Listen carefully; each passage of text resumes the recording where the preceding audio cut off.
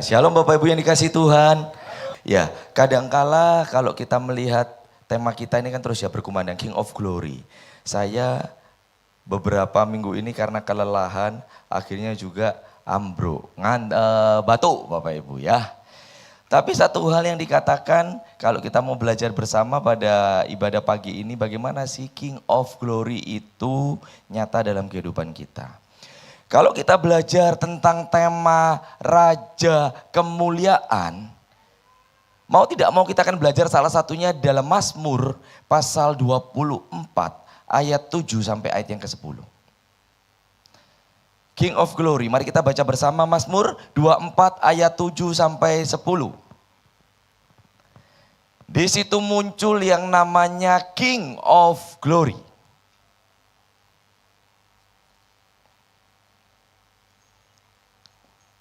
Namanya King of Glory, kita akan mendapatkan kemuliaan. Saya hari ini mau melayani Tuhan. Cuman ceritanya kenapa harus bisa batuk ya. Dan Tuhan cuman bilang begini, memang kalau batuk enggak bisa melayani Tuhan Bapak Ibu ya kan.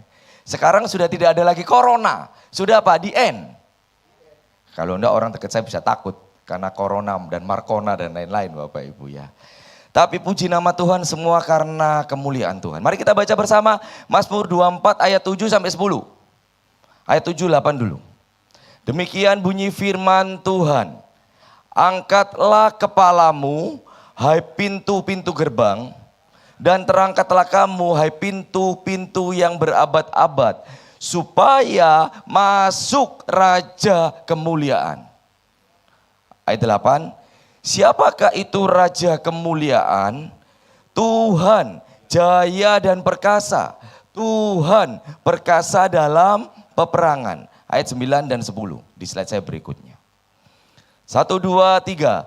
Angkatlah kepalamu, hai pintu-pintu gerbang.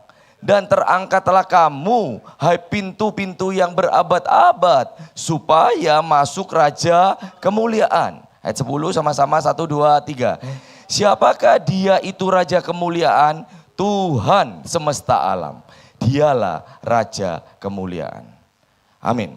Ayat 7 dikatakan buka pintumu, buka hatimu, buka jiwamu. Supaya apa? Masuk Raja Kemuliaan. Ayat 9 juga sama diulangi kembali. Yang masih menutup pintu tentang Tuhan Yesus. Yang masih enggak percaya tentang pribadi Yesus. Dia bilang apa? Buka supaya apa? Masuk Raja Kemuliaan. Apa memang gampang kalau Raja Kemuliaan itu masuk Bapak Ibu? Enggak. Sehingga kata Raja Kemuliaan adanya di Mazmur 24 ayat 7 sampai ayat 10 ini. Kalau Bapak Ibu searching di dalam Google. Searching di dalam Alkitab. Kemudian dijelaskan siapa itu Raja Kemuliaan. Jelas, Tuhan jaya perkasa. Tuhan perkasa dalam peperangan. Ayat 10 bilang Tuhan semesta alam. Bagaimana Allah yang perkasa, yang kuat dalam peperangan, kemudian yang punya semesta alam, bisa masuk dalam hidup kita.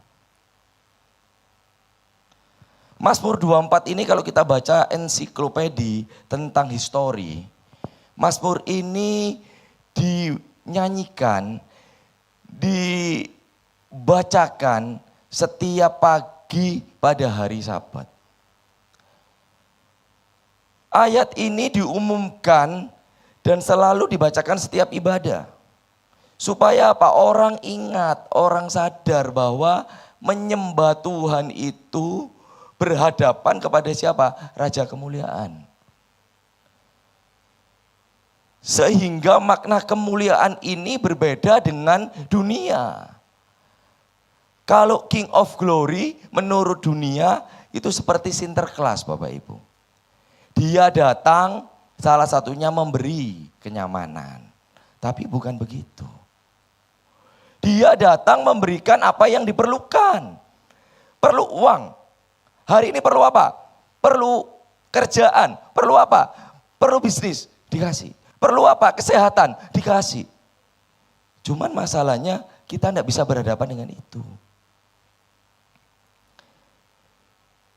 Kita akan belajar bersama. Ada beberapa poin Raja Kemuliaan, King of Glory. Sehingga ayat 7 sampai 10 di dalam Mazmur 24 ini boleh kita alami.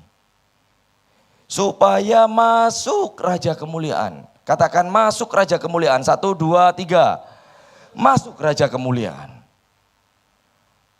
Ada banyak orang mengalami yang namanya depresi. Eko Tuhan tetap saja. Eko Tuhan sama-sama saja.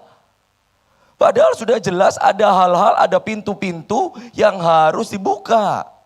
Pintu apa? Ketidakpercayaan tentang Tuhan. Pintu apa? Maunya aman di dalam Tuhan. Tidak bisa.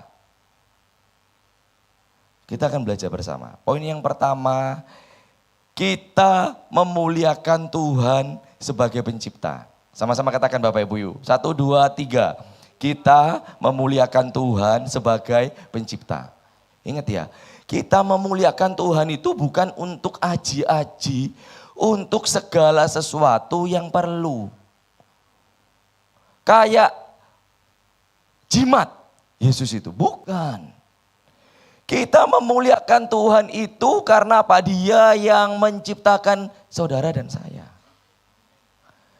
Bukan dia punya hal-hal yang spektakuler. Loh kok bisa sakit Pak? Loh ya bisa lah. Kemarin di info di grup diaken, Bu Rini sakit masuk rumah sakit. Begitu ya. Loh ini loh Natal kok ya ono sing sakit tuh ya ono. Memang kalau sakit itu sesuatu hal yang menyakitkan Bapak Ibu. Nah kan? Yo ndak jaga. Lek saya bilang makan es ta kok watu. Saya itu paling jarang makan es Bapak Ibu. Sukanya anget-anget. Bapak Ibu kalau ke Starbucks nanya saya di Grand City, Pak David pesannya apa? Jarang saya pesan es Bapak Ibu. Karena es itu nggarai apa? Watu orang bilang. Loh gitu ya saya sudah nak nabrak. Cuman kenapa saya harus mengalami? Loh saya mau melayani Tuhan. Loh kok saya yo sakit? Saya bilang, Alkitab bilang justru dalam kelemahan, dalam kesakitan, dalam ketidakmampuan, kuasa Tuhan sempurna. Nggak bisa kita bilang, kamu iki gak sehat, nggak sehat juga demi memuliakan nama Tuhan. Saya sampai kaget, saya ngomong, loh kamu tuh loh watuk. Mama saya bilang, wes tahu mau khotbah pagi sore. Saya bilang, loh aku nggak ngerti. Tapi yang namanya memuliakan Tuhan, itu apa? Yosia Bapak Ibu. Nggak gampang gopok kalau orang Surabaya bilang. Fokusnya apa? Memuliakan Tuhan bukan sebagai jimat, bukan sebagai hal-hal yang mistik. Saya ingat kalau dulu Bapak Ibu yang dikasihi Tuhan, rumah saya itu ada rahang babi. Ya. Karena rumah saya itu sering bunyi-bunyi dulu waktu kecil. Kriek, kriek. Dulu kan pintu itu enggak jeglek kan enggak begitu Bapak Ibu. Itu ada pirnya yang di ujung itu 2, kriek, kriek. Terus orang-orang itu bilang, kasih ono rahang babi. Mbok tulang babi, mbok rahang babi. Terus papa saya yo beli wong gampang Bapak Ibu ya. Ditempel lah di pintu. Sejak ditempelnya itu jam 8, jam 10 malam gak pernah muni loh Bapak Ibu. Loh saya nih loh orang arek cilik yang masih kecil yo tahu. Saya bilang sakti yo rahang babi. Loh ajaib loh Bapak Ibu. Ajaibnya bukan itu. Memuliakan Tuhan. Orang bilang rahang babinya ini yang membuat gak goyang. Tapi memang benar Bapak Ibu. Kuasa mistik itu kuasa setan. Berapa banyak kita ditawari hal-hal begitu Bapak Ibu. Enak, dipegang tok. Apa maneh bayari murah dikasih. Aman. Disusuk diapakno supaya kelihatan berbeda. Saya ingat rahang babi itu akhirnya jadi almarhum dari tahun 75. 10 tahun lalu dibangun Bapak Ibu. Karena Tuhan kita muliakan sebagai pencipta. Papa saya nanyain saya, karena apa? Kebetulan yang bangun saya, rumah di kampung, di tempatnya papa mama saya di Undaran. Orangnya heran, pintunya ono 3, kok ya ono tulang iki. Dan tulang ini Bapak Ibu ajaibnya, enggak pernah diumek loh. Dari tahun 75 sampai sekarang, taline ya enggak rantas Bapak Ibu, keren toh? rahang babi tulang diencepno dipasang tidak pernah ambruk tulangnya Bapak Ibu. Terus yang bangun bilang gini, Om, ya apa? Iku apa Om? Oh, iku biyen papa saya cerita dulu, muni-muni, mandek. Om, diamankan ndak ya? Papa saya telepon saya, Cik tak takono anakku. Papa saya bilang, ya apa Ti? Tetap iku, saya bilang, enggak. Karena saya tahu kalau dulu masih kecil mungkin merasa jimatnya itu ya balung itu Bapak Ibu. Memang ndak ono balung itu iso muni, saya bilang enggak kira muni. Sudah berhadapan sama saya yang sudah gerang gaplok yang gede Bapak Ibu. Setane wis KO saya bilang. Bapak saya bilang, ya wis gak usah. Bapak Ibu tahu sejak bilang, ya wis gak usah. Tulang itu diturunkan langsung ambruk Bapak Ibu. Tulang itu kayak empuk sekali. Padahal sebelum diturunkan gagah. Talinya itu loh gak pernah rantas Bapak Ibu. Hal-hal mistik begini harus dilawan. Bagaimana bisa raja kemuliaan itu masuk lewat kita kalau kita masih percaya hal-hal yang mistik. Sekarang kalau ada teman bilang, saya rumah teman saya doain, ini enggak perlu, ini dulu bawaan, sakti, bukan saya bilang, diobong. Pernah dititipkan saya bilang enggak aku enggak mau titip, diobong bareng. Dititipnya saya lah ya ruwet Bapak Ibu ya. Nanti masuk mobilku lah ruwet, enggak mau saya bilang, diobong bareng di taman. Diobong ada kecil-kecil, ada patung, ada apa diobong. Itu ya enggak ada apa-apa Bapak Ibu. Cuman waktu itu, kalau saya waktu kecil tahu, rumahku muni-muni dikasihin itu dan itu menandakan apa Tuhan itu kayak enggak laku Bapak Ibu. Enggak ingat karena papa saya waktu itu belum percaya Yesus. Ya puji Tuhan hari ini ya enggak muni-muni lagi. Pintunya wis berubah. Sekarang ono jeglek. Wis ayo setan enggak goyang-goyang lagi Bapak Ibu. Wis gak kriek-kriek lagi kan sudah tidak musim Bapak Ibu pintu yang itu ya. Kriek-kriek gitu. Sudah dikunci. Sehingga aman. Nah kita mau belajar lagi berikutnya. Apa sih yang dikatakan memuliakan Tuhan sebagai pencipta? Ayat 1, ayat 2 di dalam Mazmur 24. Saya sudah tulis di dalam slide saya. Ternyata ayat 7 sampai ayat 10 itu ada hal-hal yang penting ayat 1, ayat 2-nya. Saya akan bacakan buat kita, yang mau ikut ya boleh ya. Ayat 1, ayat 2. Mazmur Daud, Tuhanlah yang empunya bumi serta segala isinya dan dunia serta yang diam di dalamnya. Sebab dialah yang mendasarkannya di atas lautan dan menegakkannya di atas sungai-sungai. Kenapa kita memuliakan Tuhan sebagai pencipta? Ayat 1 jelas. Tuhan itu yang empunya. Sama-sama katakan empunya. 1, 2, 3. Empunya. Berarti wes gak ono sing lain. Yang maha. Yang memiliki. Yang wes gak mungkin orang lain. Pihak lain. Kemudian setan bisa mengganggu. Kalau kita percaya Mazmur 24 ini. Tuhan yang punya bumi serta segala isinya. Dunia serta yang diam di dalamnya. Terus dikatakan lagi Tuhan itu yang mendasarkan di bawah lautan. Menegakkan di atas sungai-sungai artinya apa? Di atas dan di bawah tidak ada nama lain. Selain siapa? Yesus. Sehingga kebenaran ini nyata saat kita memuliakan Tuhan sebagai pencipta. Bukan pesuruh kita. Kita harus ingat. Tuhan yang maha. Saat saya bisa menyelesaikan sekolah, Tuhan yang maha. Bukan saya. Saat minta, memang kita nanti minta. Ada di poin itu. Cuman kita harus paham, kalau Tuhan tidak memberi, berarti itu bukan punya kita, Bapak Ibu.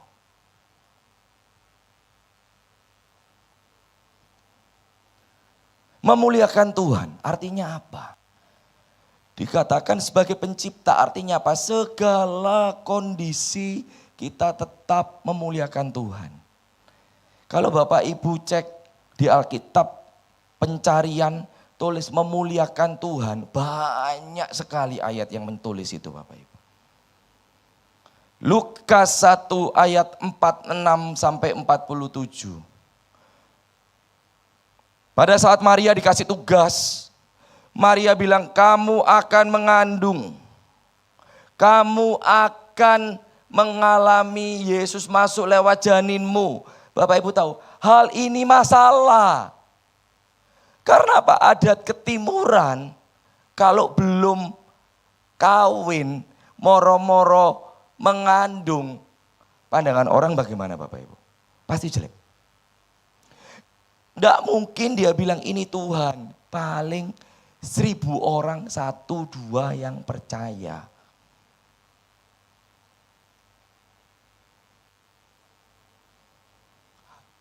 Contohnya saya bawa Bapak Ibu ya perempuan.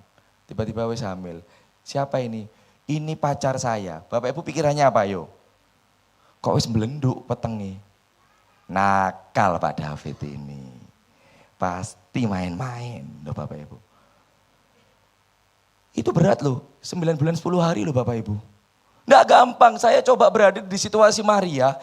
Cuman Maria tahu bahwa dia memuliakan Tuhan sebagai pencipta. Nggak enak Bapak Ibu. Mendapatkan mandat Maria memuliakan Tuhan dikatakan. Bahkan ada ditulis aku memuliakan Tuhan. Dan hatiku bergembira karena Tuhan. Susah kondisi ini Bapak Ibu. Banyak cemoohan.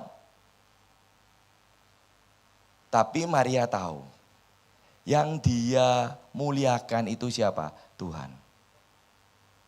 Bukan hanya Maria. Yusuf juga diingatkan untuk apa? Mendampingi. Saya lihat momen Natal ini mestinya momen berkorban Bapak Ibu. King of Glory itu kemuliaan Tuhan nyata. Bagaimana bisa masuk dalam hati kita.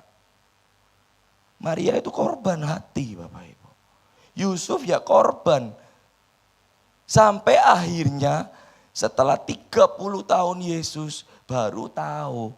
Yesus ini ajaib loh. Bener waktu iku. Loh bayangkan Bapak Ibu, orang ingat itu kan waktu lalu. Biyen iku tak pikir melahirkan dulu, main dulu. Ternyata enggak. Itu proses yang lama Bapak Ibu. Kalau orang sudah salah, yuk dijalani. Ada lagi Lukas 2 ayat 17 sampai 20. Nanti di rumah dibaca Bapak Ibu ya. Ini bicara apa? Gembala-gembala dia memuliakan Tuhan. Kenapa Bapak Ibu? Dia orang kecil. Dia melihat hal yang spektakuler.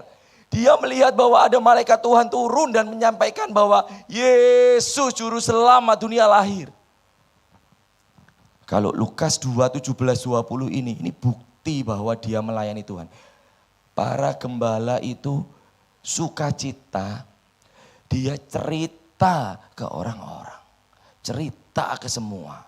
Itu yang namanya kemuliaan Tuhan. Kita punya lagu loh KB. Berapa banyak orang yang peduli. King of Glory. Yosua ini peduli. Kok nanti kalau masuk IG. Lagu nih King of Glory. King of Glory itu ya sak bajak banyak saudara. Dalam kurung telah lahir. Loh kebanggaan Bapak Ibu. Tadi yang dinyanyikan sama Gabriel dan tim itu. Gampang dan enak. Artinya apa? Kenapa sih mesti ngomong-ngomong ini? Loh kemuliaan Tuhan. Mau dapat apa sih? Ayo ciptakan lagu. Apa dapat piala Pak? Lah enggak Bapak Ibu. Demi Tuhan, untuk Tuhan. Memuliakan Tuhan. Repot. Mau ngatur-ngatur lagu. Loh Bapak Ibu. Cuman masalahnya kenapa ya seneng? Loh saya cuman bilang nanti tak post. Karena waktu saya cari memang King of Glory harus rodo angel Bapak Ibu susah. King of Glory dalam kurung buka telah lahir. Dicatat ya telah lahir. Kalau sudah buka IG ada kita foto-foto dikasih itu biasa daripada lagu-lagunya orang Bapak Ibu ya toh. Lagu kita boys Bapak Ibu.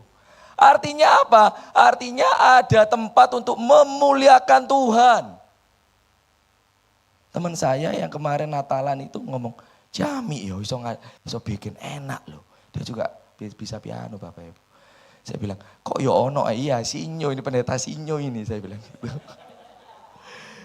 Selalu ada yang baru Bapak Ibu. Loh main drama, Pak Gembala saya ngomong, iki Fit, sinyo yang bikin. Yang nge-rap Bapak Ibu ya. Kan apik Bapak Ibu. Untuk apa sih? Ayo ben hari di sini latihan. Pak Gembala ngomong bendino Fit. Benak-benak nulis aku itu tuwek gak anu betul. Memuliakan Tuhan itu kebanggaan Bapak Ibu. Padahal dapat apa sih?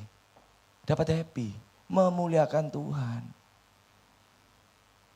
Ingat ya, dalam kurung telah lahir. Leka angel Bapak Ibu, keliru nanti.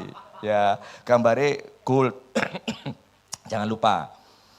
Saya juga nanti mau posting. Lanjut Bapak Ibu. 1 Petrus 2 ayat 2. Kenapa dikatakan kita memuliakan Tuhan sebagai pencipta? Kondisinya tidak nyaman. 1 Petrus 2 ayat 2, nanti di rumah dibaca. Mengalami kondisi jemaat di Petrus mengatakan kamu akan difitnah. Kamu akan mengalami hal yang gak enak tapi tetap apa? Memuliakan Tuhan. Kadang difitnah itu kan mau balas Bapak Ibu. Kalau bisa mulutnya disobek-sobek, betul? Kalau bisa dicelatu orang itu Bapak Ibu. Tapi kita fitnah itu benar. Yang kita dengar saya bisa ngomong, nah ngomongnya di belakang-belakang, kita enggak tahu Bapak Ibu. Ayo. Contoh, iya David iki gak kawin-kawin seneng lanang bae lho Bapak Ibu. Ono ae mulut itu Bapak Ibu. Lek saya denger tak sobek-sobek. Saya ngomong sakarepmu. Loh, banyak hal ngomongan itu yang enggak enak di belakang, di depan saya yo baik Bapak Ibu, keren, baik. Saya mau katakan apapun yang terjadi. Waktu kapan khotbah itu bilang, enggak selalu kok apa yang kita inginkan nyata. Saya bilang, ya itu. Enggak punya anak wis dilok-ilokno. Diomong-omong ke. Kan enggak benar Bapak Ibu. Engko anake elek, nilainya elek sing dilokno bapak gak iso ngajari Bapak Ibu. Terus kita akan apa? Difitnah orang. Nah, Raja Kemuliaan ini mengingatkan kita apa? Kalau difitnah, berarti kita itu sudah murni anaknya Tuhan. Tinggal kita yang gak usah bales Bapak Ibu. Masa mau bales? Lu kadang sama, lu kok penyakitan ya? Lu ngamuk lu Bapak Ibu. Tuhan aja enggak bilang kok, yang melayani aku sehat-sehat semua, enggak. Jadi kalau saya hari ini batuk bersyukur. Bukti bahwa apa? Saya itu masih anak Tuhan Bapak Ibu. Yo bisa sakit. Betul? Sehingga kalau difitnah, yo gak bales Bapak Ibu, betul? Nah saya mau ngeladeni orang-orang begitu ngapain Bapak Ibu? Enggak dapat apa-apa, betul? Enggak happy juga. Lanjut, Titus 2 ayat 9 sampai 10 ini banyak Bapak Ibu. Hamba itu taat. Kadang kondisinya kalau Titus 2 nanti Bapak Ibu belajar enggak menyenangkan. Fokusnya apa? Yesus. Enggak semuanya pekerjaan kita ini menyenangkan Bapak Ibu. Tapi yang pasti apa? Hamba itu belajar taat dan memuliakan Tuhan. Mazmur dan lain-lain. Kita belajar intinya apa? Poin pertama itu kita bicara apa? Kita memuliakan Tuhan sebagai pencipta.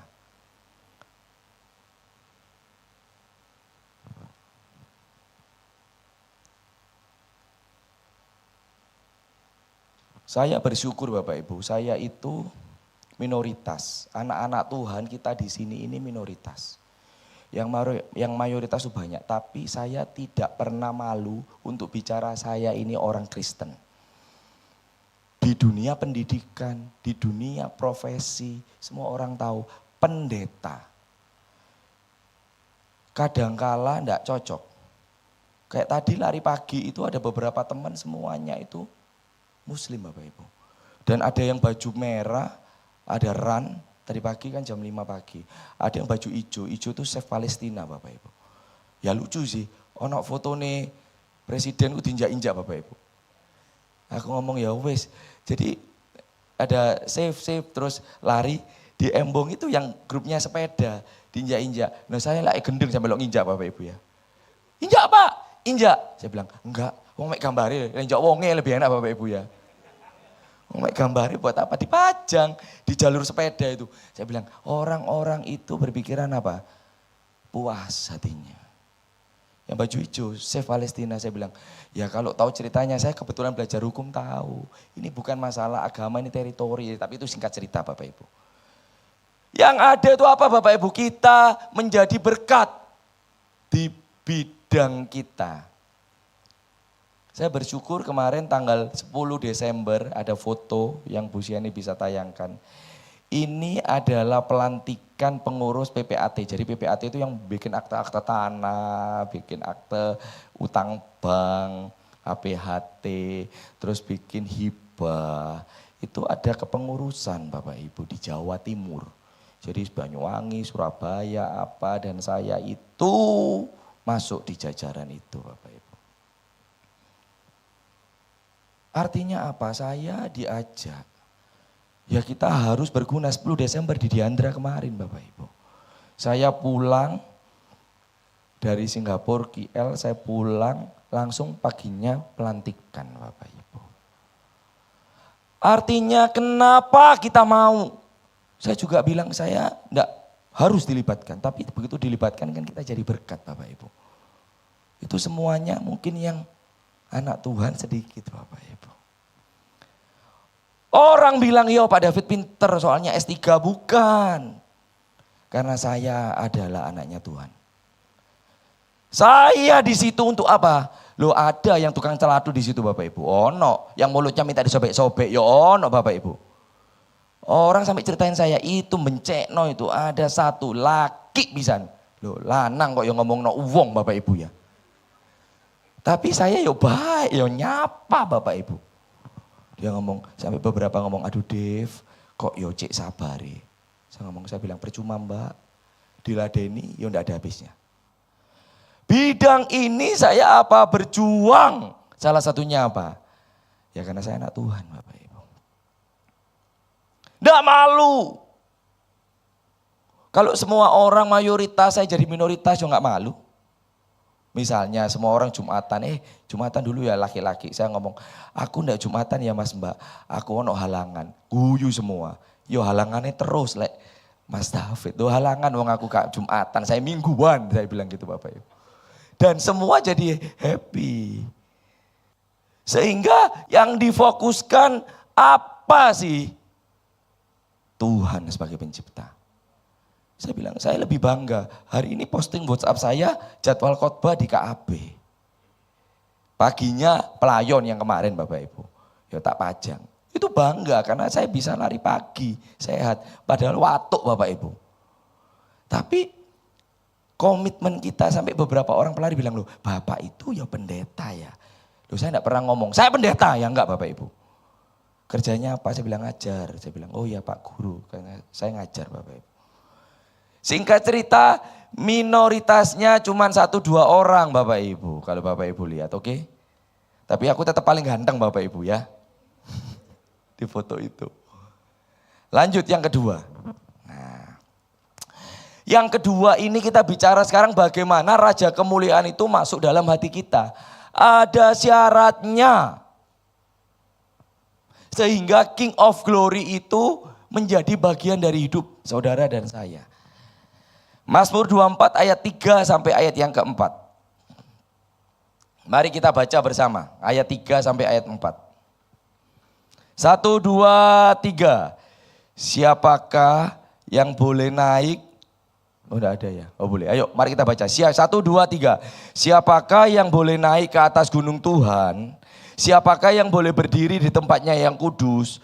Orang yang bersih tangannya dan murni hatinya, yang tidak menyerahkan dirinya kepada penipuan dan yang tidak bersumpah palsu. Bapak Ibu, ini loh kuncinya.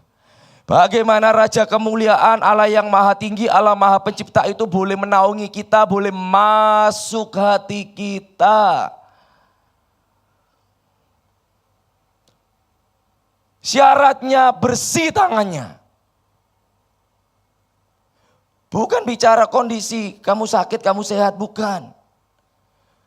Biar kamu sakit, tapi bersih tangannya. Raja Kemuliaan hadir dalam kehidupan kita. Bersih tangannya bicara tentang kekudusan hati. Tangan ini kan untuk ngambil Bapak Ibu. Untuk meraih sesuatu. Bukan hanya bersih tangannya tapi murni hatinya. Ada banyak orang hatinya enggak murni. Kalau dia, saya enggak. Saya enggak pernah Bapak Ibu, terserah. Mau si A mau dengan saya ya enggak apa-apa. Kadang kan boleh milih Bapak Ibu ya, saya bilang saya enggak pernah pilih-pilih. Lebih lanjut dikatakan yang tidak menyerahkan dirinya kepada penipuan. Yang tidak bersumpah palsu. Sehingga tadi ayat 7 sampai ayat 10 itu, bukalah pintu-pintu yang terkunci, bukalah sehingga masuk Raja Kemuliaan. Tak bilang, bersih tangan enggak? Suci enggak? Kudus enggak di hadapan Tuhan? Kemudian tidak menyerahkan kepada penipuan, enggak bersumpah palsu. Mazmur 24 ini sama dengan Mazmur 15 Bapak Ibu. Yang ada di slide saya, Bu Syani bisa tengok. Nah, kalau Mazmur 24, siapa yang boleh naik ke atas gunung Tuhan? Siapa yang boleh nemui Tuhan? Kalau ayat 15 bilang, siapa yang boleh menumpang dalam kemahmu? Siapa yang boleh diam di gunungmu yang kudus? Ayat 2 sampai ayat 5 itu loh kuncinya Bapak Ibu. Bagaimana kita jaga King of Glory masuk dalam hati kita. Sama, yaitu dia yang berlaku tidak bercelah. Yang melakukan apa yang adil.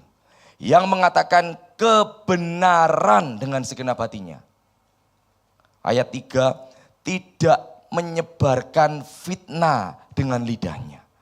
Tidak berbuat jahat terhadap temannya. Tidak menimpakan celah kepada tetangganya. Ini rule kita Bapak Ibu. Bagaimana King of Glory masuk. Dan kita dekat dengan Tuhan.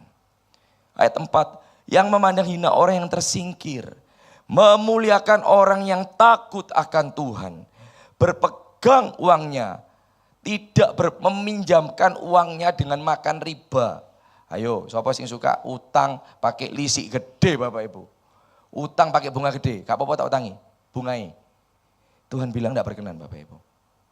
Terus ya apa Pak, lek utang Mbak, gak usah diutangi Bapak Ibu, betul ya. Daripada loro hati, saya ada 3-4 orang yang utang ya kayak plus hilang Bapak Ibu, betul. Janjinya baik, WA-nya lo masih ada. Mohon maaf Pak ya, belum bisa. Nah maksud saya mau ngamuk-ngamuk, ya wis Bapak Ibu ya. Utangnya lucu, 2.800.000, ibunya sakit, anaknya sakit. Temen. Yang satu teman sekolah S1 di Jakarta.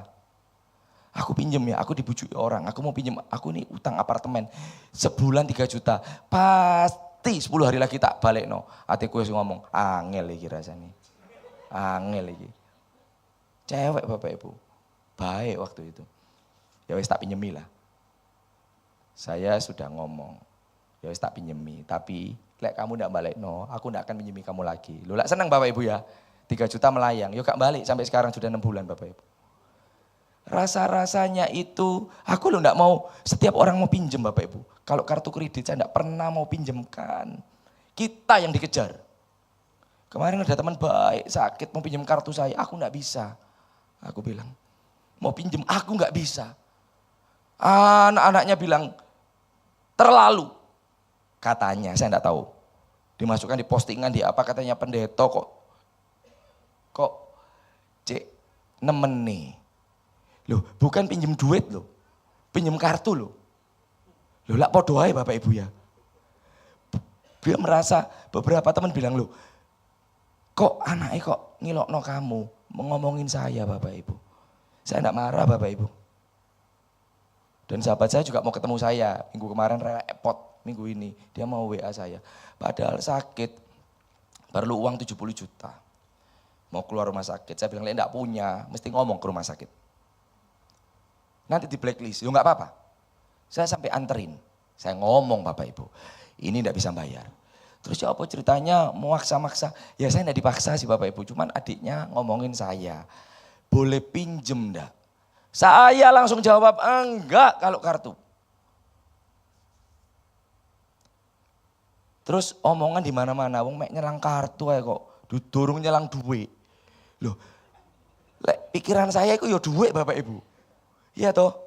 kartumu mau tadi gesek. Aku bilang, enggak, bukan ini. Aku cuma bilang, kartumu mau digesek. Dia bilang, aku enggak main kartu. Oh. Saya putuskan tidak bantu. Papa mama saya tak omongin, saya bilang nanti marah ya apa, gak apa-apa daripada aku sing dikejar, aku sing, loh karena kondisinya sudah enggak punya uang. Kok ya masih gesek-gesek Bapak Ibu. Saya putuskan enggak. Teman saya bilang, kehilangan teman, kehilangan duit. Mendingan kehilangan teman. Ayo, lek dua-dua lah kehilangan loro-loro, dua-dua hilang Bapak Ibu. Saya dengan berat hati, saya bilang enggak. Terus kemudian pinjem sisa 30 mau digesek, saya bilang, ya enggak maksudnya gini, kalau maksa saya buat apa? Saya dipaksa, nanti yang dikejar debt kolektor lah saya Bapak Ibu. Moro-moro ke KAB bilang, pendetamu enggak bayar, utangan. Loh lah saya malu Bapak Ibu lah. Lah isi lu bisa ngejar-ngejar Bapak Ibu, dia pinter loh di kerjaan di mana gereja atau pendeta digolek dilapor Pak Gem. Terus pasti Pak Gem kan marah saya, "Fit apa utang?" Salah Pak Gem, si utang ngomong iku. Lho lah ya bodoh kita ini Bapak Ibu. Sehingga apa Bapak Ibu dikatakan apa? Yang tidak meminjamkan uang dengan makan riba. Ada satu teman juga waktu itu anaknya mau menikah, enggak kurang duit 50, saya bilang, "Tak pinjam nanti pasti setelah selesai tak balikkan." Saya feeling ini pasti balik. Ya wis. Malamnya karena dia ada krisis, malamnya dikembalikan. Besoknya Bapak Ibu.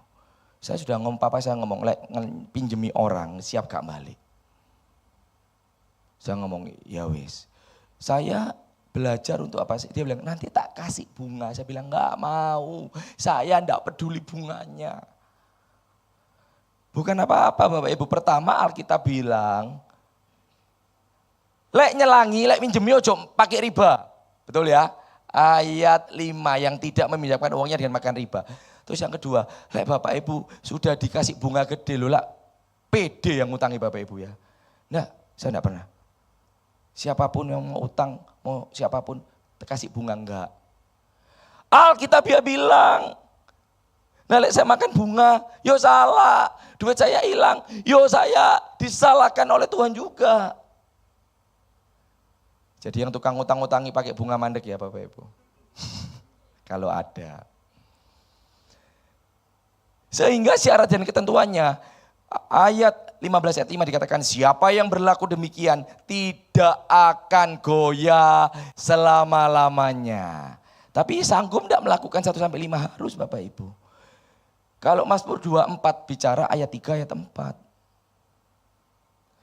Sehingga ayat 7-10 masuk King of Glory. Kita belajar harus utuh Mazmur 24 ini.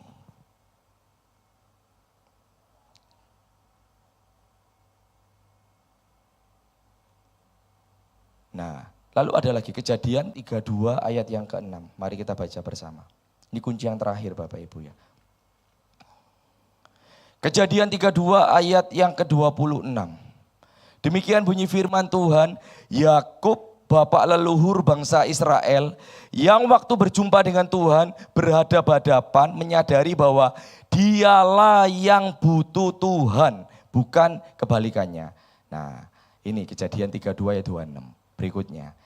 Jadi Yakub ini pada saat dia bergumul dengan Tuhan, Yakub bilang begini, aku tidak akan membiarkan engkau pergi jika Tuhan tidak memberkati aku. Bapak Ibu, mari kita belajar dari Yakub. Setiap pagi kita minta Tuhan berkati hidup saya. Walaupun masalah di depan tidak enak. Tuhan berkati hidup saya. Sehingga Yakub ini bilang, aku yang butuh Tuhan. Aku tidak akan membiarkan Tuhan pergi jika Tuhan tidak memberkati aku. Sehingga ayat yang ketiga itu muncul, poin yang ketiga. Kita memuliakan Tuhan sebagai pemenang. Tadi ayat yang kita baca tadi Bapak Ibu. Ayat 7, ayat 8 sampai ayat 10. Sehingga kita yakin bilang apa? Angkatlah kepalamu, kita sudah tidak ada dosa, kita sudah tidak ada hal yang buruk, kita sudah tidak bercela di hadapan Tuhan. Supaya masuk Raja Kemuliaan. Sehingga makna ayat 1 sampai ayat 6 ini kita paham.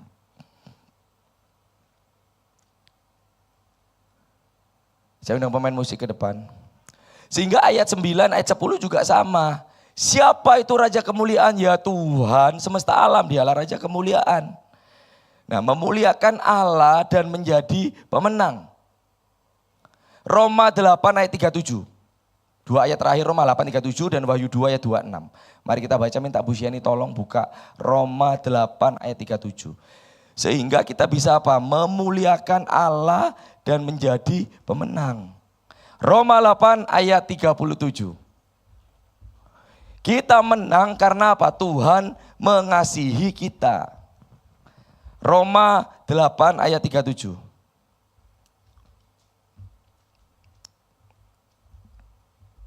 Nah, mari kita baca bersama Bapak Ibu.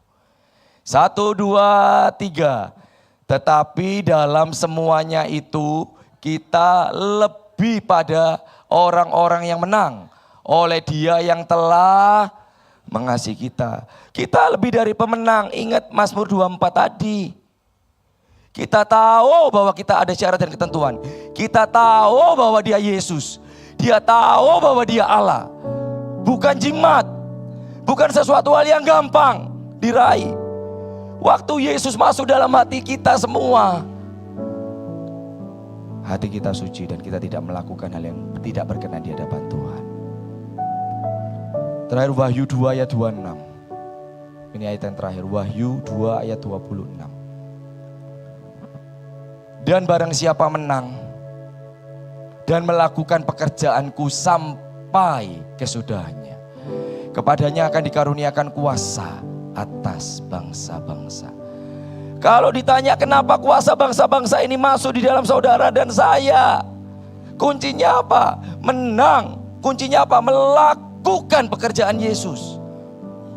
Melayani Tuhan. Mewartakan Yesus, Sang King of Glory.